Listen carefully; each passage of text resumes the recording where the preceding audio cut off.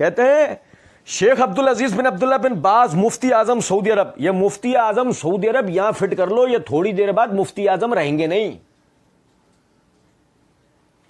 تو یہ نا کہ جادوگر نے رسیاں اور دکھائیں گے کیا, یہ ذرا دیکھنا ہے آپ کو, یہ ابھی تھوڑی دیر میں بھالو بننے والے. یہ بھالو مفتی اعظم یاد رہے گا. ابھی کون ہے مفتی اعظم؟ ابھی شیخ ابن باز ہیں, تھوڑی دیر بعد یہ نہیں رہیں گے, ذہن میں رکھنا. کہتے ہیں شیخ عبد العزیز بن عبداللہ بن باز مفتی اعظم سعودی عرب 66 سال تک رہے. ان کا فتویٰ ہے کہ ہاتھ باندھ کر نماز پڑھنا بھی سنت ہے اور ہاتھ چھوڑ کر نماز پڑھنا بھی سنت ہے. شیخ عبد العزیز بن عبداللہ بن باز مفتی اعظم سعودی عرب 66 سال تک رہے. ان کا فتویٰ ہے کہ ہاتھ باندھ کر نماز پڑھنا بھی سنت ہے, ہاتھ چھوڑ کر نماز پڑھنا بھی سنت ہے. ان کا فتویٰ ہے ہاتھ باندھ کر نماز پڑھنا بھی سنت ہے, ہاتھ چھوڑ کر نماز پڑھنا بھی. آپ انٹرنیٹ کھولیں www.binbaz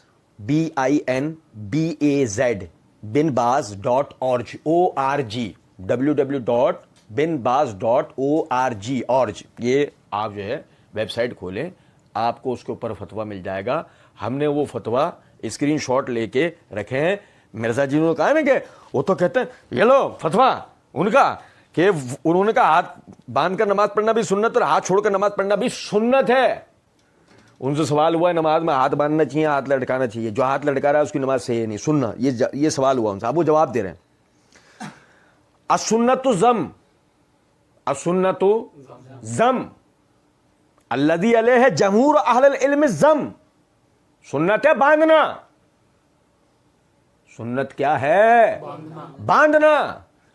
یہ وہ سنت ہے کہ جس پہ جمہور علماء متفق ہیں کہ ہاتھ باندھے جائیں گے.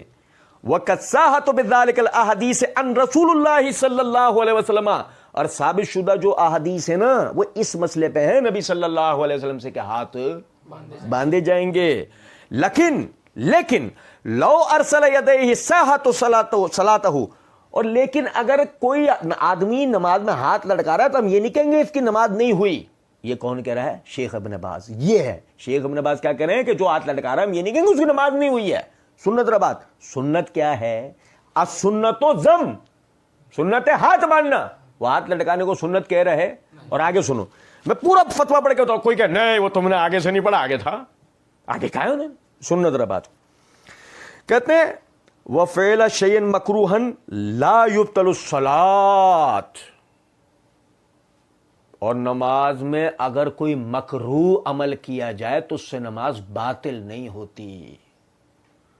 وہ سنت کہہ رہے ہیں اس کو, وہ مکروہ عمل کہہ رہے تھے اس کو. دجال نے کیا کرا؟ انہوں نے جس عمل کو مکروہ قرار دیا ہے دجال کہہ رہا ہے وہ تو کہہ رہے ہیں. سنو مرزا دجال کہتے ہیں وَإِنَّمَا السُّنَّةُ أَن يَضُمَّ يَدَيْهِ إِلَى صَدْرِهِ, اور سنت یہ ہے کہ ہاتھوں کو سینے پہ باندھے جائیں. مرزا جی وہ تو یہ بھی بتا رہے ہیں کہاں ہاتھ باندھنے. مرزا جی چوچو سنو, کہتے ہیں فَيَدَ الْيُمْنَى كَفَّ الْيُمْنَى عَلَى كَفِّ الْيُسْرَى وَالرُّسْغَى وَالسَّاعِدِ, اور یہ دائیں ہتھیلی کو بائیں ہتھیلی کونی کے درمیان کلائی کے اوپر باندھا جائے گا. کما جاءت بذلک الاخبار عن رسول اللہ صلی اللہ علیہ وسلم, جیسے کہ نبی صلی اللہ علیہ وسلم سے حوالے سے روایات آئی ہیں.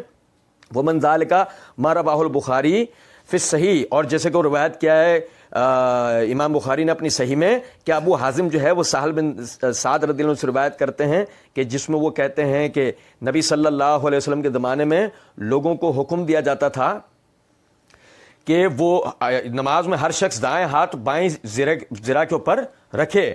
اب دیکھو وہ کہتے ہیں وَهَذَا يَدُلُّ عَلَى وُجُوبِ الضَّمْ, اور یہ حدیث نماز میں ہاتھ باندھنے کے واجب ہونے پر دلیل ہے.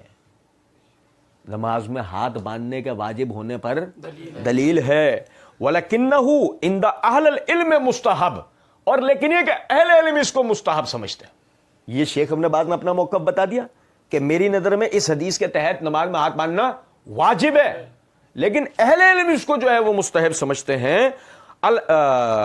الامر للاستحباب, کیونکہ وہ کہتے ہیں کہ امر یہاں پہ استحباب کے لیے ہے, وجوب کے لیے نہیں. وہ کہتے ہیں اہل علم کہتے ہیں ومعلوم انہ محل الیدین فی الصلاۃ معروف, اور یہ بات بالکل معروف ہے کہ نماز میں ہاتھ کہاں یعنی کہ ہاتھ باندھے جائیں, یہ احادیث کے اندر بچہ جانتا ہے.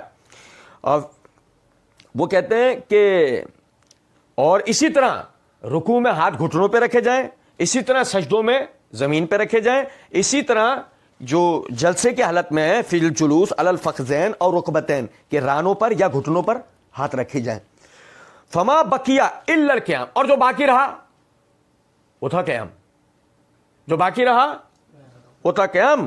والقیام توضع الیمنى علی الکف الیسری او ذراعها علی کفها وذراعها، کہ قیام میں دائیں ہاتھ کو بائیں ہاتھ کی کلائی یا پورے ہاتھ پر اس طرح باندھا جائے گا.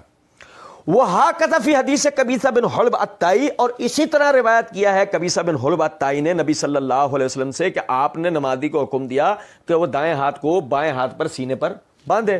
وہکذا فی حدیث وائل بن حجر، اور اسی طرح وائل بن حجر رضی اللہ عنہ کی حدیث میں جو ابو داؤد اور نسائی نے روایت کیا، یہ سب دلالت کرتی ہیں کہ دائیں ہاتھ کو بائیں ہاتھ پر رکھا جائے. ٹھیک ہے، اور بائیں ہاتھ پر رکھا جائے. وفق اللہ الجمیع نام، اور اللہ یعنی کہ ان جمیع کو جمع کرے. المقدم اللہم آمین، پھر انہوں نے اس کو آمین کرا. یہ ان کا پورا شیخ ابن باز کا فتویٰ تھا.